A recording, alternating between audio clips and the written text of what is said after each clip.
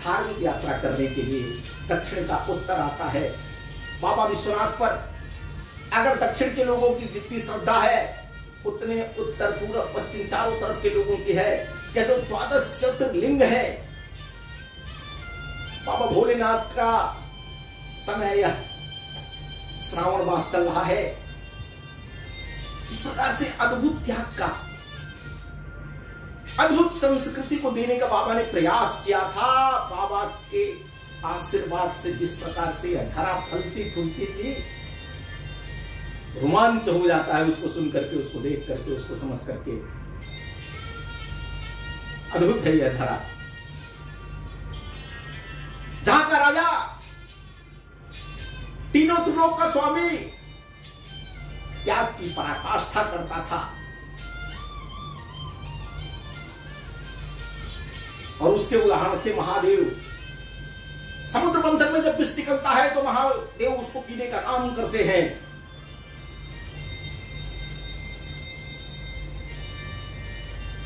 उन्होंने जिस प्रकार से कथा सुनाई, अद्भुत संस्कार की वह कथा, जिस प्रकार से उन्होंने नृत्य किया, अद्भुत नृत्य।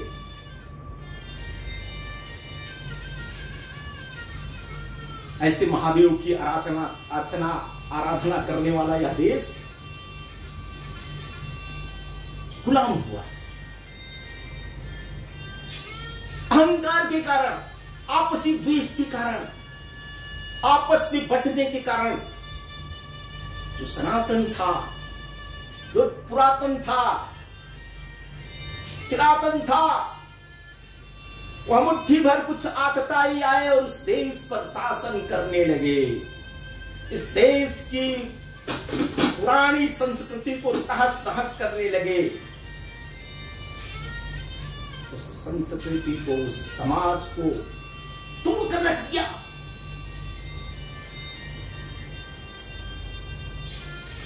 और आज भी उसी प्रकार की परिस्थिति है। हमारा समाज जिस प्रकार से जातियों में बटा हुआ है, जिस प्रकार से क्षेत्र में बटा हुआ है, जिस प्रकार से भाषा में बटा हुआ है, इसको हम अतिरेक नहीं कह सकते हैं, लेकिन हम इसको अच्छा भी नहीं कर सकते हैं।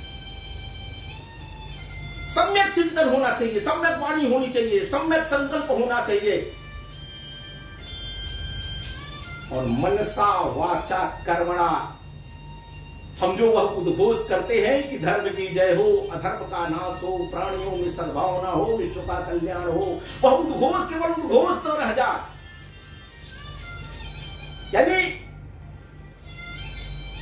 मन से, वचन से, कर्म से, हनुमान चालीसा में भी कहा गया है ना कि मन कर्म वचन ध्यान जो लावे।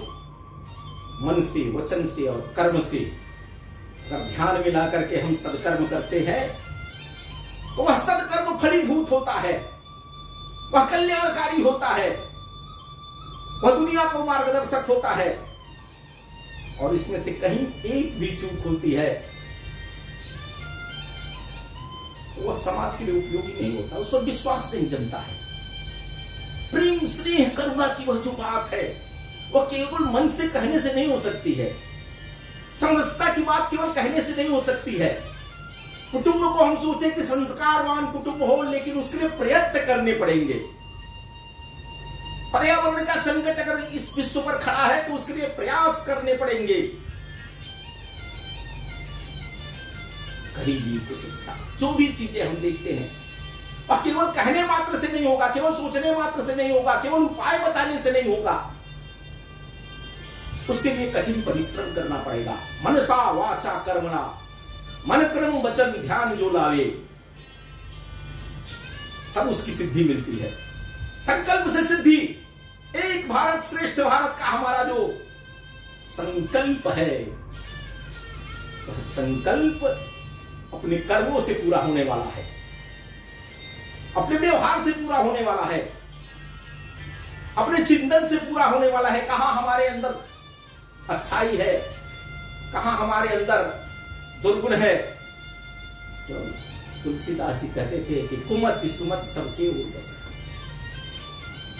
यह तो शरीर है, मानव मात्र है, जीव है, इसमें अच्छाई भी होगी, बुराई भी होगी, लेकिन उस उसको धीरे धीरे हम बुराइयों को दूर करके अच्छाइयों को लाने का प्रयास है। यही संस्कार है। भारत तो संस्कारों का देश है, ज्ञान की ज्योति जहां जली है। तो ऐसे में हमारे यहां 16 संस्कार होते, उसके भी कुछ मतलब। संस्कार जिसको हम चरित्र से नापते हैं, सील से नापते हैं। कहते हैं कि मनुष्य सुशील होना चाहिए, कर्मशील होना चाहिए, विनयशील होना चाहिए। ऐसे सील की जब परिभाषा करते हैं तो यहां के ऋषि मुनियों ने, किसी ने पंचशील की बात किया, किसी ने सप्तशील की बात किया, तो महर्षि पतंजलि ने 16 शील की बात किया। यह मनुष्य जीवन सत्कर्मों के लिए मिला हुआ है, परोपकार के लिए मिला हुआ है, आनंद के लिए मिला है। देवों को भी दुर्लभ है यह जो धरा है, धरती माता है, यहां पर देवता भी आने के लिए तरसते हैं। और ऐसी पुण्य भूमि को, ऐसी मातृभूमि को हम प्रातःकाल उठते कहते तो हैं कि समुद्र वस्ने देवी पर्वत स्तन मंडले विश्वपत्नी नमस्तुभ्यं पाद स्पर्शम क्षमस्वे। लेकिन उस हिसाब से हमारे कर्म है क्या? धरती माता को बचाने के लिए हमारे प्रयास क्या हो रहे हैं? संस्कृति को बचाने के लिए प्रयास क्या हो रहे हैं? हमारे कितने समर्पण हैं? किस भाव से हम इस धरा को बनाना चाहते हैं? किस भाव से विश्व के कल्याण की हम कल्पना कर रहे हैं? किस भाव से हम चल रहे हैं? यह तो कहीं ना कहीं विचार का प्रश्न है कि वह संस्कार जो हम चाह रहे हैं, परिवार के लोगों से जब हमारी अपेक्षा है, उसमें हम कहां खड़े हैं? बेटे से हम किस प्रकार का व्यवहार चाहते हैं, पत्नी से किस प्रकार का व्यवहार चाहते हैं, पुत्री से किस प्रकार का व्यवहार चाहते हैं, भाई माता पिता परिवार से किस प्रकार का व्यवहार चाहते हैं, और उसमें हमारा व्यवहार कैसा? ताली दोनों तरफ से बजती है। इसलिए इस वंदे मातरम कथा में इस धरा की आराधना करनी है। इस धरा पर अनेकों प्रकार की मातृ संबंध है हमारी, जो भारत में होते हैं। नदियों को भी मां मानते हैं, गौ गंगा गायत्री की बात होती है, तो उस मातृ